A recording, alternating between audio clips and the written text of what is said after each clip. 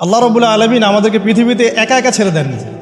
পৃথিবীতে পাঠিয়ে দিয়ে আল্লাহ পাক আমাদেরকে আসমানি কিতাব দিয়েছেন। কি দিয়েছেন? প্রত্যেক যুগে যুগে আসমানি কিতাব এসেছে। তাওরাত, জাবুর, ইনজিল, কোরআন এসেছে। আগেকার আসমানি কিতাবগুলো কি এখন চলবে না চলবে না? আগেকার আসমানি কিতাবগুলো কি এখন চলবে না চলবে না?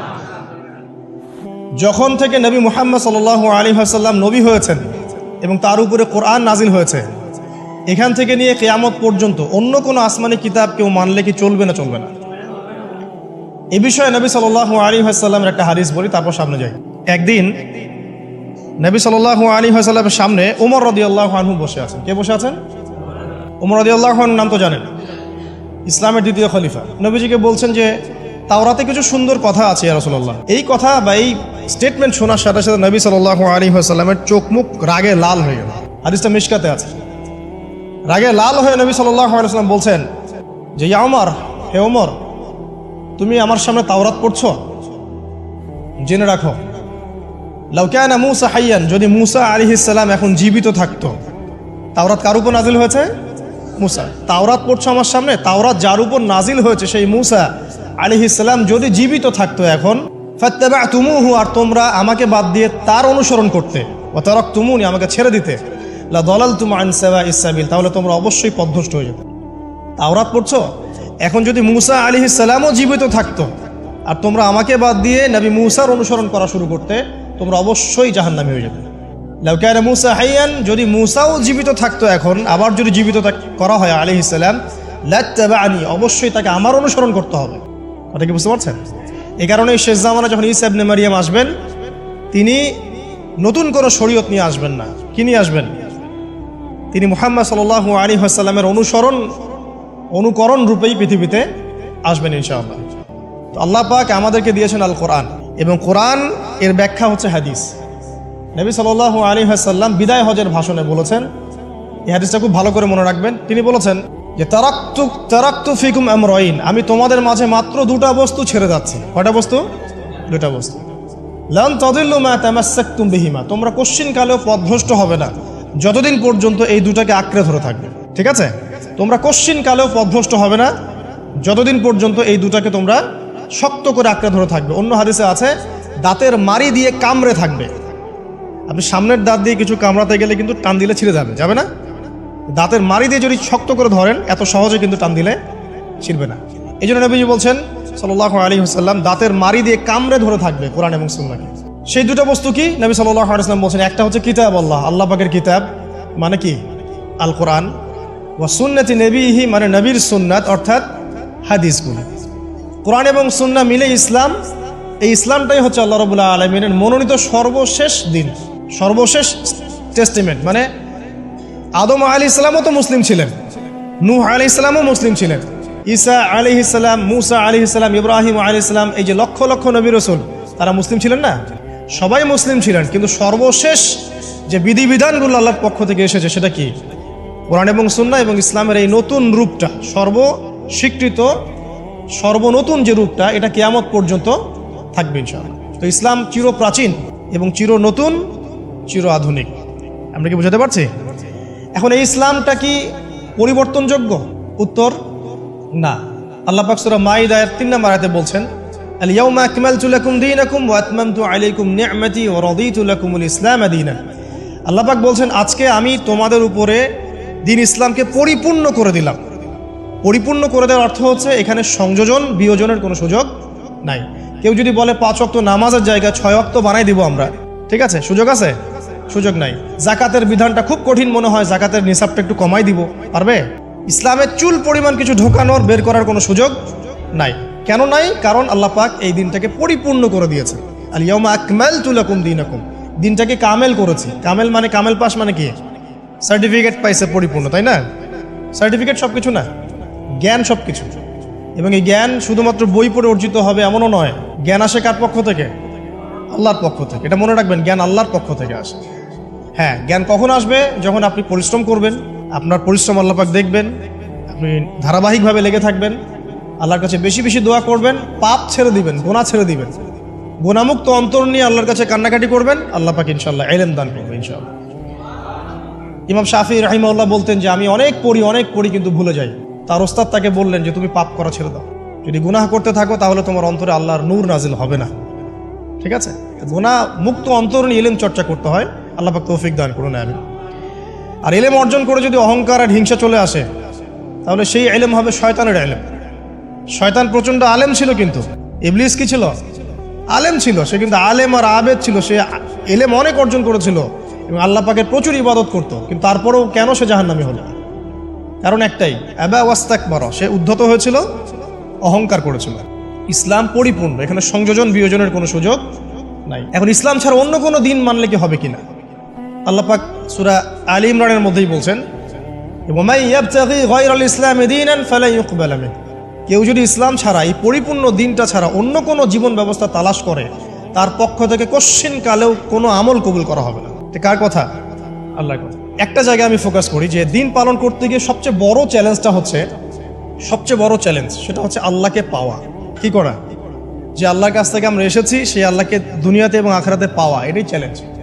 আল্লাহকে যে ব্যক্তি পেয়েছে সে দুনিয়ার সব পেয়ে গেছে। আল্লাহকে যে পায় নাই সে আসলে কিছুই পায় নাই, ইহকাল পরকালের কিছুই পায়নি। এখন আমরা আল্লাহকে পাবো কিভাবে? এটা বড় প্রশ্ন না? যে আল্লাহর কাছ থেকে, যে জান্নাত থেকে আমরা পৃথিবীতে চলে আসলাম, সেই জান্নাতে যেতে হলে তো আমাকে আল্লাহকে পেতে হবে। আল্লাহকে পেতে হলে আমার কি কি করণীয়? খুব শর্ট করে আমি কয়েকটা পয়েন্টস আপনাদেরকে শেয়ার করছি। 1 নাম্বার, আল্লাহকে পেতে হলে অবশ্যই তার নবী মুহাম্মদ সাল্লাল্লাহু আলাইহি ওয়াসাল্লামকে অনুসরণ করতে হবে। এছাড়া আল্লাহকে পাওয়ার দ্বিতীয় কোনো পথ নাই। আল্লাহকে পেতে হলে অবশ্যই তার নবী মুহাম্মদ সাল্লাল্লাহু আলাইহি ওয়াসাল্লামের আদর্শগুলো জীবনের প্রতিটা ক্ষেত্রে বাস্তবায়ন করতে হবে।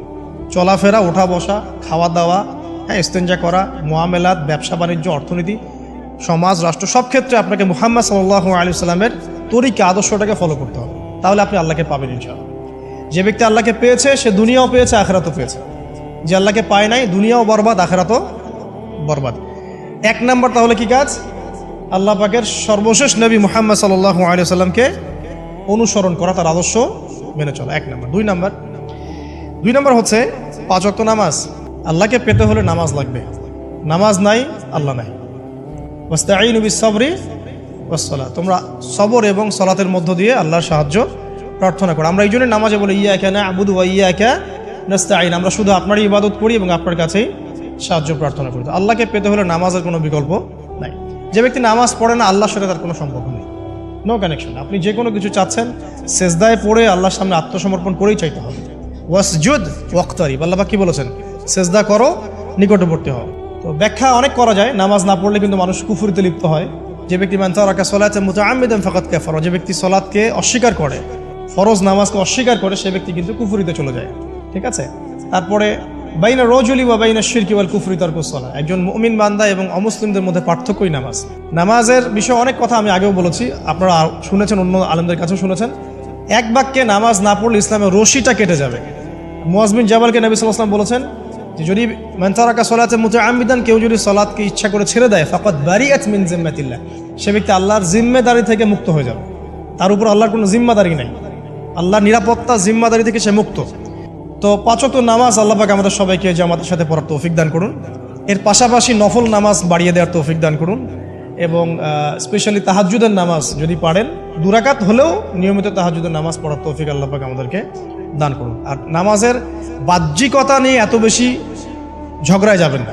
এখন আমরা যত ঝগড়া নামাজের বাহ্যিকতা নিয়ে, হাত বাঁধা, রফুল ইয়াদাইন, আমিন আর পায়ে পা, এগুলো নিয়ে ঝগড়ার শেষ আছে? নাই। ইসলামের বিরোধী শক্তিরা হাত ভেঙে ফেলার পায়তারা করে ফেলেছে অলরেডি। হাতি না থাকলে আপনি বাঁধবেন কোথায়? মনে করেন আপনার হাতি নাই, বাঁধবেন কি উপরে না নিচে? এই হাত তো ভেঙে ফেলার পায়তারা করা হয়েছে। এখন আপনি পড়ে আছেন বাঁধার কোন জায়গায় বাঁধবেন সেটা নিয়ে, অথচ পুরো বৈশ্বিক চক্রান্ত মুসলিমদের বিরুদ্ধে, হাতটাই ভেঙে ফেলে দিবে। তুই বাঁধবি কোথায় হাত? তারপর দেখবো। এটা আমরা বুঝতে পারি না। এটা বোঝার জন্য যে জ্ঞান, ইলম, নূর দরকার, তা তো নাই আমাদের মধ্যে। এই জন্য আপোষের ঝগড়া নিয়ে পড়ে আছে। যে ছোটোখাটো যে ইখতিলাফি মাসআলাগুলো চলে আসছে দীর্ঘদিন থেকে, এগুলোর কোনো সমাধানে আসতে পারবে না কিন্তু কেউ। পক্ষে বিপক্ষে কথা চলতেই থাকবে কিয়ামত পর্যন্ত, ওইগুলো নিয়ে আমরা ব্যস্ত আছি। তো আমি রিকোয়েস্ট করবো নামাজের আধ্যাত্মিকত্বের দিকে ফোকাস করুন। নামাজের আধ্যাত্মিকত্ব কি? আপনি আল্লাহর সামনে দাঁড়িয়েছেন, দুনিয়ার সাথে এখন আপনার কোনো সম্পর্ক নেই, আপনি এবং আল্লাহ, মাঝখানে কিছু নাই। নামাজে যা পড়ছেন, সূরা ফাতিহা, অন্যান্য সূরা, রুকু, তাসবিহ, সিজদা, তাশাহুদ, দুরূদ, অর্থ বোঝার চেষ্টা করেন এবং অর্থের দিকে ফোকাস করেন, আল্লাহকে পাবেন ইনশাআল্লাহ। সেজদায় রুকুতে যখন যাচ্ছেন আপনি চিন্তা করেন যে আপনি মহাবিশ্বের মহা শক্তিধর আল্লাহ রাব্বুল আলামিনের সামনে মাথা নত করেছেন। আপনি চিন্তা করেন যে আল্লাহ আপনাকে দেখছেন। এখন যখনই মানুষ নামাজে দাঁড়ায় আল্লাহ পাক তার দিকে দৃষ্টি নিবদ্ধ করেন, এবং যখন মানুষ এদিক ওদিক তাকানো শুরু করে নামাজে আল্লাহ পাক মুখ ঘুরিয়ে নেন। নামাজে ওই যে আমরা যে ডিজিটাল নামাজ পড়ি না, এখন ডিজিটাল মানে 4 রাকাত নামাজ 4 মিনিটে শেষ। এক রুকু করলে সেজদা পাওয়া যায় না, সেজদার তাসবিহ পড়লে আবার এদিকে দেখা যায় যে দ্বিতীয় সেজদায় চলে গেছে অলরেডি ওঠার আগে। অনেক ক্ষেত্রে ইমাম সাহেবরাও খুব দ্রুত নামাজ পড়ান, অনেক দ্রুত পড়ান। এত দ্রুত নামাজ পড়াবেন কেন? নামাজ জামাতে পড়লে সংক্ষিপ্ত করতে বলা হয়েছে, কিন্তু এত দ্রুত তো পড়তে বলা হয়নি। এখনও দেখবেন মক্কা মদিনায় গিয়ে নামাজ দেখবেন, মাশাআল্লাহ নামাজটা তাদের মাশাআল্লাহ এটার প্রশংসা না করলে হকাদা হবে। নামাজটা অসাধারণ, ধীর স্থিরভাবে ফজরের নামাজ 20 মিনিট 15 মিনিট 20 মিনিট পড়াচ্ছে নামাজ, রিল্যাক্স। নামাজে দাঁড়ালে চমৎকার তেলাওয়াত হচ্ছে, আপনি ভুলে যাচ্ছেন নিজেকে। তেলাওয়াত হবে চমৎকার, এবং সবচেয়ে ভালো যিনি তেলাওয়াত করতে পারেন তাকে নামাজে দিতে হবে। রিল্যাক্সে নামাজ পড়বে। ক্ষেত্র বিশেষে আপনি শর্ট করতে পারেন, কিন্তু সবসময় কেন আমরা 4 রাকাত নামাজ 3 মিনিটে শেষ করে দিব? আবার নামাজের পর দোয়াটা হবে লম্বা, অথচ নামাজটাই ছিল দোয়া, নামাজটাই কিন্তু দোয়া।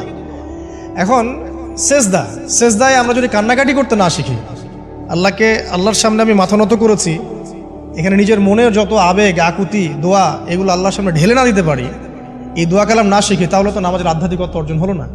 সাহাবীরা কেমন করে নামাজ পড়তেন যে নামাজ পড়ার পরেও তাদের গা থেকে তীর বের করা যায়?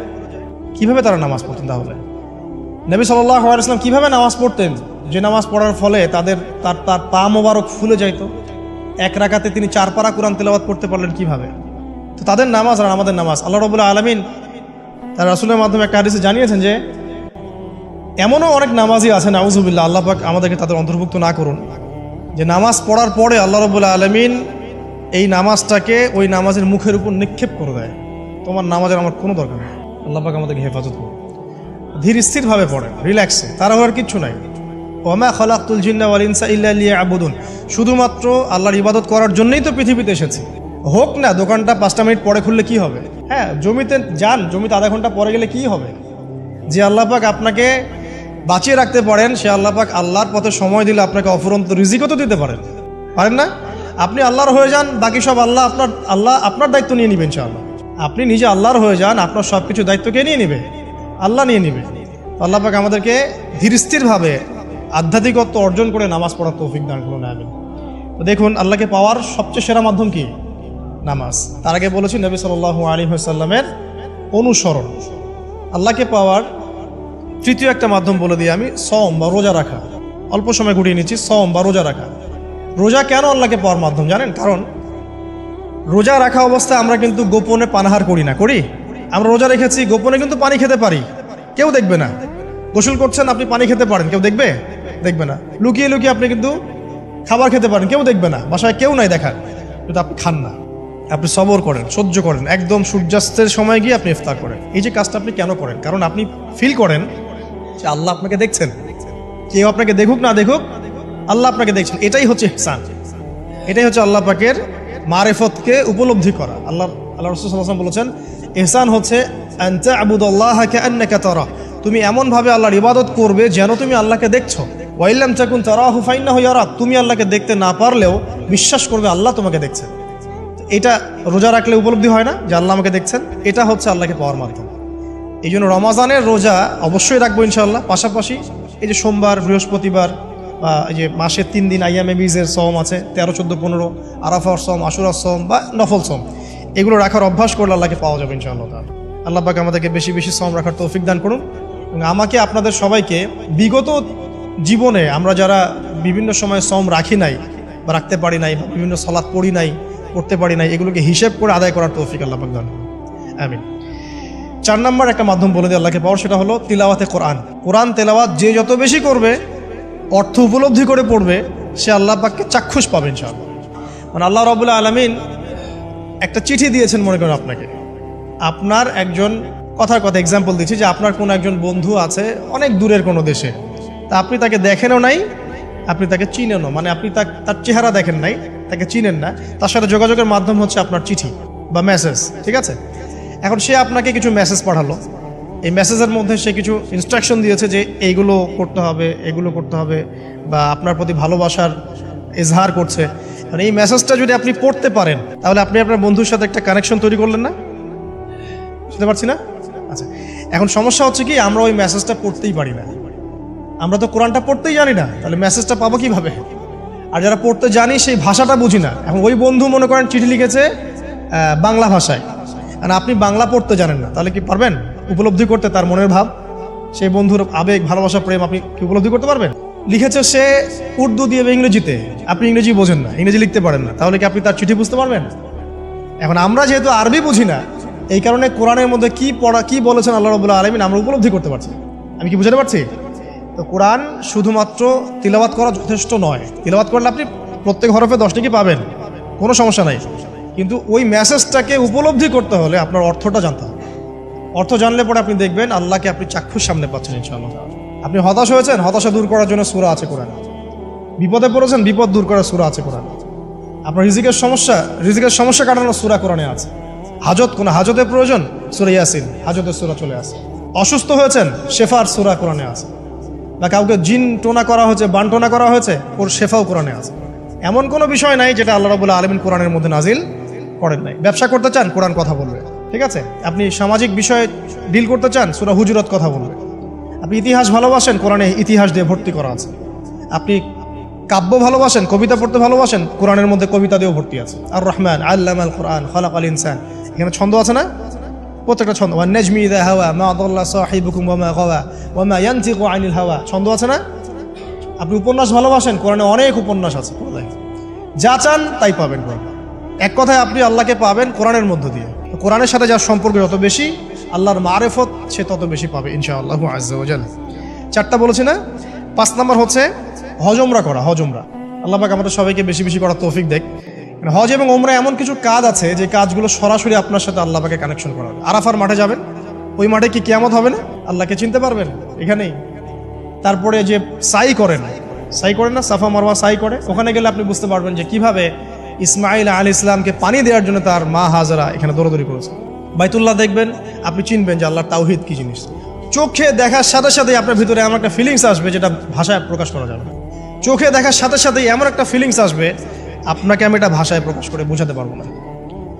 আপনি জানবেন ইব্রাহিম আলাইহিস সালাম এবং তার ছেলে ইসমাইল আলাইহিস সালাম বাপ বেটা মিলে রাজমিস্ত্রির কাজ করেছে। এটা আপনি জামজাম কূপ দেখবেন, পানি পান করবেন, আল্লাহকে চিনতে পারবেন। এই কূপ তো অলৌকিক, এই কূপের মতো কূপ নাই পৃথিবীতে, এর পানি কখনো শেষ হয় না, এবং এই পানি খেয়ে মানুষ বেঁচে থাকতে পারে, খাবারের দরকার হবে না। দীর্ঘদিন পর্যন্ত এই পানি খেয়ে মানুষ বেঁচে থাকতে পারবে, খাবারের প্রয়োজন হয় না। তো এই পানির মধ্যে এমন কিছু উপাদান আছে যেটা মানুষের শরীরের রোগগুলোকে শেফা দিয়ে দিবে ইনশাআল্লাহ তাআলা আল্লাহর হুকুমে। তো প্রত্যেকটা কাজে রাসূল সাল্লাল্লাহু আলাইহি ওয়াসাল্লাম শহরে গেছেন মদিনায়, ওই মদিনার বাতাসটা আপনাকে বলে দিবে যেটা এটা একটা অন্যরকম শহর, ঠিক আছে? রাসূল সাল্লাল্লাহু আলাইহি ওয়াসাল্লামের রওজায় যাবেন, সামনে দাঁড়াবেন, আপনি আল্লাহকে চিনতে পারবেন। আপনি আর পৃথিবীতে থাকবেন না, অন্য জগতে চলে যাবেন। ওই যে বাকিউল গারকাত আছে, সাহাবীদের কবরস্থান জান্নাতুল বাকি, ওখানে ঢুকবেন, আপনার কাছে মনে হবে যে পৃথিবীটা আসলে কিছুই না। পৃথিবীর সবচেয়ে সেরা মানুষগুলো এই মাটির নিচে শুয়ে আছে, ওখানে আপনাকে খুবই তুচ্ছ মনে হবে তাদের সামনে। এই যে মানে বিভিন্ন জায়গায় গিয়ে আল্লাহকে চিনতে পাওয়া, এটা সবচেয়ে ভালো হয় হজ এবং উমরাতে গিয়ে। আল্লাহ পাক আমাদেরকে তৌফিক এনায়েত করুন, আমিন। তো এটা একটা আল্লাহকে পাওয়ার নিদর্শন। যাদের হজ ফরজ হয়ে গেছে অবশ্যই হজ করে ফেলবেন, আর যাদের সামর্থ্য আছে তারা বেশি বেশি উমরা করবেন। নবী সাল্লাল্লাহু আলাইহি ওয়াসাল্লাম বলেছেন, এক হজ পরের হজের মধ্যে যত গুনাহ মাফ করিয়ে দেয়, এক উমরা পরের উমরার মধ্যে যত গুনাহ সেগুলোকে মাফ করিয়ে দেয়। আল্লাহ পাক আমাদেরকে এই আমলগুলো করার তৌফিক এনায়েত করুন। 6 নাম্বার বলছি জিকির। আল্লাহ পাকের জিকির বাড়াতে হবে। যে আল্লাহ পাকের জিকির যত বেশি করবে, সে আল্লাহ পাকের মারিফত তত বেশি উপলব্ধি করবে, আল্লাহকে পাবে ইনশাআল্লাহ। আর এই জিকির করার জন্য ওযুও শর্ত নয়, জানেন? আল্লাহর জিকির করার জন্য কিন্তু ওযু শর্ত নয়। আপনি মনে মনে চলতে ফিরতে অলওয়েজ সুবহানাল্লাহ, আলহামদুলিল্লাহ, আল্লাহু আকবার, লা ইলাহা ইল্লাল্লাহ, আস্তাগফিরুল্লাহ পড়তেই থাকতে পারেন। কষ্টের কিছু আছে?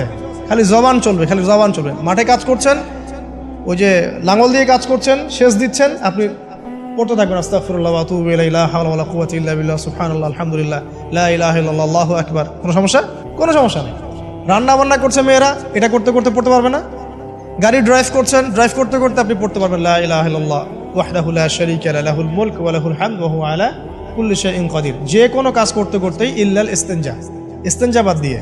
ইস্তেনজা কি জিনিস? প্রসাব পায়খানা। এই সময় এগুলো মুখ দিয়ে বলবেন না, দরকার নাই। আপনি এখানে এরপরে যে সময়গুলো আছে এগুলোতে আপনি জিকির বাড়াবেন। যে যত বেশি জিকির করবে তার কলব তত বেশি পরিচ্ছন্ন হবে, যার কলব যত পরিচ্ছন্ন আল্লাহর নূর তার কলবে তত বেশি আসবে, সে আল্লাহ পাকে তত কাছে পাবে ইনশাআল্লাহু আজ্জা ওয়া জাল। 7 নাম্বার দোয়া ইস্তেগফার বাড়িয়ে দেয়া। আল্লাহর কাছে বেশি বেশি দোয়া করতে হবে, দোয়া বাড়িয়ে দেন। দোয়ার জন্য হুজুর ডাকতে হবে না, দোয়ার জন্য আমাকে ডেকে বাসায় খাওয়ানোরও দরকার নেই। আপনার দোয়ার জন্য আপনি যথেষ্ট। নামাজে দাঁড়ান, নামাজে সেজদায় দোয়া করেন, নফল নামাজ পড়েন, নফল নামাজে সেজদায় দোয়া করেন, নামাজে পড়ে হাত তুলে দোয়া করেন, প্রয়োজনে নামাজে সালাম ফেরানোর আগে দোয়া করেন, যে কোনো ভালো কাজ করেছেন তারপর দোয়া করেন, ঠিক আছে? কোরআন তেলাওয়াত করলেন দোয়া করেন, তাহাজ্জুদের ওয়াক্তে দোয়া করেন, বৃষ্টি পড়ছে তখন দোয়া করেন, ঠিক আছে? মানে দোয়া কবুলের মোমেন্ট, সময়গুলো, আজান হয়েছে, আজান ইকামতের মাঝখানে দোয়া করেন, এই যে এখন খুতবা হচ্ছে এই সময় দোয়া করেন, দোয়া কবুল হবে। দিনই মসজিদে বসেছেন দোয়া করেন, দোয়া করতে থাকেন। মনে রাখেন যত বেশি আপনি দোয়া করতে পারবেন আল্লাহর কাছে ইনশাআল্লাহ আল্লাহকে আপনি তত কাছে পাবেন ইনশাআল্লাহ। এটা আল্লাহকে পাওয়ার অন্যতম মাধ্যম। এবং ইস্তেগফার মানে কি? তওবা করা। আস্তাগফিরুল্লাহাল্লাযী লা ইলাহা ইল্লা হুয়াল হাইয়ুল কাইয়ুম ওয়া আতুবু ইলাইহি। এটা বেশি বেশি পড়বেন, দিনে কমপক্ষে 70 বার বা 100 বার পড়ার চেষ্টা করবেন। আল্লাহ পাক তৌফিক দান করুন। কয়টা বলেছি ভাই? 7টা। আচ্ছা, 8 নাম্বার হচ্ছে সদকা করা। সদকা, দান সদাকা আল্লাহর কাছে খুব বেশি পছন্দের। দান সদকা করার জন্য সম্পদ লাগে না, আমার কথা শোনেন। দান সদকা করার জন্য সম্পদ লাগে না, কলিজা লাগে, মন লাগে। বহু বড় বড় মানুষ আছে দান সদকা করতে পারে না, কোটিপতি, যাকাত দেয় না, আছে না? আর বহু গরিব মানুষ ভ্যান চালায়, কৃষিকাজ করে, দেখবেন 100 টাকা দান করে দিল। মন থাকতে হয়, মন, কলিজা বড় থাকতে হয়। তো যাদের কলিজা বড়, মন বড়, তারা দান সদকা করতে পারবে ইনশাআল্লাহ। আর যার মন বড় সেখানেই তো আল্লাহ নূর আসবে। সংক্ষিপ্ত মনে কি, সংকীর্ণ মন আল্লাহ নূর কোত্থেকে আসবে? কথা বুঝতে পারেন নাই? তো দান সদকা বাড়ান। আপনি 1 টাকা দান করেন, 5 টাকা দান করেন, হালাল রিজিক থেকে 1 টাকা দান করেন, সেটা আল্লাহর কাছে অনেক বেশি পছন্দের। একটা হাদিসে নবী সাল্লাল্লাহু আলাইহি ওয়াসাল্লাম বলেছেন, হালাল উপার্জন থেকে আল্লাহর বান্দারা যখন একটা খেজুরও দান করে, আল্লাহ পাক সেই একটা খেজুরকে আস্তে আস্তে বড় করতে থাকেন, বড় করতে থাকেন, বড় করতে থাকেন। এটা এক পর্যায়ে পাহাড়ের সমান হয়ে যায়। এবং কিয়ামতের মাঠে মানুষ তার দান এবং সাদাকার যে ছায়া, এই ছায়ার নিচে অবস্থান করবে। আপনার বিপদ হয়েছে, দান সদকা করেন, বিপদ দূর হয়ে যাবে ইনশাআল্লাহ। জটিল কোনো রোগ হয়েছে, কোনো ডাক্তার ট্রিটমেন্ট করতে পারছে না, সদকা করেন, রোগ ভালো হয়ে যেতে পারে ইনশাআল্লাহ। সদকার ব্যাপক ফজিলত আছে। সদাকা, দান সদাকা, দোয়া, এগুলো তাকদিরের যে বিপদ আপদগুলো আছে না, ঝুলে আছে, আমাদের তাকদিরে বিপদ আছে না অনেক, এগুলোকেও সরিয়ে দিতে পারে আল্লাহ। এই শক্তি আছে দোয়া এবং দান সদকার মধ্যে। আল্লাহ পাক আমাদেরকে বেশি বেশি সদাকা করার তৌফিক দান করুন, আমিন। আর সদাকা নফল না করতে পারলেও কমপক্ষে ফরজ জাকাতটুকু দিবেন, ফরজ জাকাতটুকু দিবেন। কারণ জাকাত, সদকা এবং ব্যবসা এগুলো হচ্ছে ইসলামিক অর্থনীতির মূল ভিত্তি, এর সাথে কৃষিকাজ। আর দুটো বলে শেষ করে দেই। 9 নম্বর হচ্ছে আমর বিল মারুফ এবং নাহি আনিল মুনকারের কাজ করা, মানে সৎ কাজের আদেশ করা, মানুষকে অসৎ কাজে নিষেধ করা। এই কাজটা যে যত বেশি করবে সে তত বড় ব্যবসায়ী। কারণ কি, আপনার দাওয়াতে, আপনার লেকচার শুনে, আপনার বই পড়ে, আপনার নসিহত শুনে যদি একটা মানুষও দিনের পথে ফিরে আসে, ওই একটা মানুষের সারা জীবনের যে নেক কাজ, এই সমস্ত নেক কাজের একটা অংশ আপনি পাবেন। আবার আপনি কাউকে অন্যায় থেকে বারণ করেছেন, আপনার দাওয়াত শুনে কেউ সিগারেট ছেড়ে দিয়েছে, মাদক ছেড়ে দিয়েছে, জেনা ছেড়ে দিয়েছে, পর্ন ছেড়ে দিয়েছে, বা হারাম সুদ ছেড়ে দিয়েছে, ওই মানুষটা এখন সারা জীবন যত ভালো কাজ করবে, এই পুরো ভালো কাজের একটা অংশ আপনি পাবেন ইনশাআল্লাহ। এর চেয়ে বড় কিন্তু কোনো ব্যবসা নাই। এই কাজটা করলে আল্লাহ পাকের রহমত নেমে আসে, আর এই কাজটা ছেড়ে দিলে আল্লাহ পাকের গজব নেমে আসবে।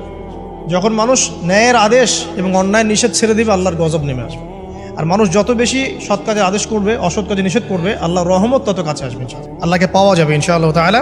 আল্লাহ পাক আমাদেরকে তৌফিক এনায়েত করুন।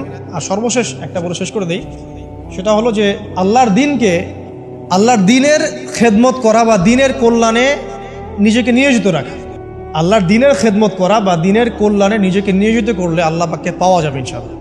এই পৃথিবীতে আল্লাহ পাকের সবচেয়ে গুরুত্বপূর্ণ জিনিসটা কি? নিয়ামতটা কি? আল্লাহর দিন না? এই দিন ছাড়া কি পৃথিবীতে আর কিছু আছে? একটা হাদিসে আসছে যে পুরো পৃথিবীটাই তো অভিশপ্ত। পুরো পৃথিবীটা কি? অভিশপ্ত। শুধুমাত্র দিনের এলেম অর্জনের জায়গা ছাড়া, তালেবে এলেমদের জায়গা ছাড়া, দিনী মাহফিলগুলো ছাড়া, যেখানে নামাজ হয় এই জায়গাগুলো ছাড়া বাকি সব অভিশপ্ত জায়গা। তো এখানে পৃথিবীতে সবচেয়ে গুরুত্বপূর্ণ এবং ইম্পর্টেন্ট, আল্লাহর কাছে প্রিয় জিনিসটাকে, আল্লাহর দিন। তো আল্লাহর সেই প্রিয় জিনিসটাকে যারা এগিয়ে নেওয়ার চেষ্টা করবে, সেই দিনের খেদমত করার চেষ্টা করবে, দিনের জন্য একটা মসজিদ করা, একটা মাদ্রাসা করা, হ্যাঁ, একটা কোনো ভালো কোনো প্রকল্প করার চেষ্টা করবে, আল্লাহ পাক কি তাদেরকে রক্ষণাবেক্ষণ করবেন না? আল্লাহ পাক তাদের অভিভাবক হবেন না? নিঃসন্দেহে হবেন ইনশাআল্লাহ। এবং ইনশাআল্লাহ তাআলা তারা পৃথিবীতেও সফল হবে, পরকালেও ইনশাআল্লাহ তাআলা সাফল্যের চাদর তাদেরকে আঁকড়ে ধরবে ইনশাআল্লাহ তাআলা। আল্লাহ রাব্বুল আলামিন আমরা সবাইকে এই দুনিয়াতে আল্লাহকে পাওয়ার তৌফিক দান করুন, এবং যে কাজগুলো করলে পরে আল্লাহকে পাওয়া যায় সেই কাজগুলো বেশি বেশি করে করার তৌফিক আল্লাহ পাক দান করুন এবং পরকাল আল্লাহ রাব্বুল আলামিন আমাদের গুনাহগুলোকে মাফ করে আল্লাহর রহমতের চাদরে আমাদেরকে আবৃত করে নিন। আল্লাহুম্মা আমিন। আকুলু কওলি হাযা আস্তাগফিরুল্লাহ লি ওয়া লাকুম ওয়া লিসাইরিল মুসলিমিন। বারাকাল্লাহু লানা ওয়া লাকুম বিল আয়াতিল হাকীম।